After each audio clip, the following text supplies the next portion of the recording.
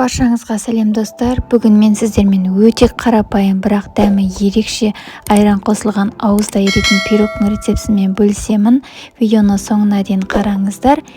Ең алдымен бізге 3 жұмыртқамызға қантымызды салып, венчиктің көмегімен жақсылап қантымыз ерігенше араластырып алатын боламыз.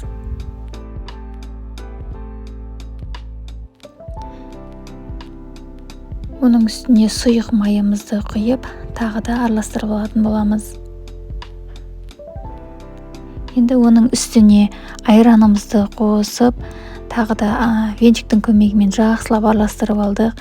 Енді електен өткізілген ұнымыздың үстіне қамыр қосқышымызды қосып, және ванилинімізді иісін әдемі қылып шығару үшін оны да қосып, барлығын қоспамызға ұнымызды 2-3 бөлікке бөле отырып, осылай түйіршіктелмейтіндей қылып араластырып алатын боламыз. Неке біздің қамырымыз өте әдемі болып шықты.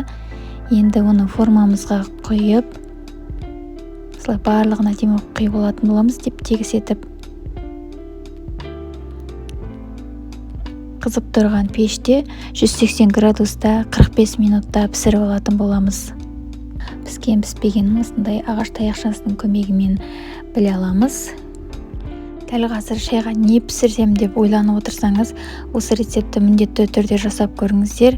Тек қана 5 өнімнен үйдегі бар заттармен дайын болатын пирог көп уақытыңызды алмайды. Мінекей әдемі қылып кесу жолдарын да сіздерге көрсеттім. Міндетті түрде жасап, комментарийға өз ойыңызбен бөлісіп кетіңіз.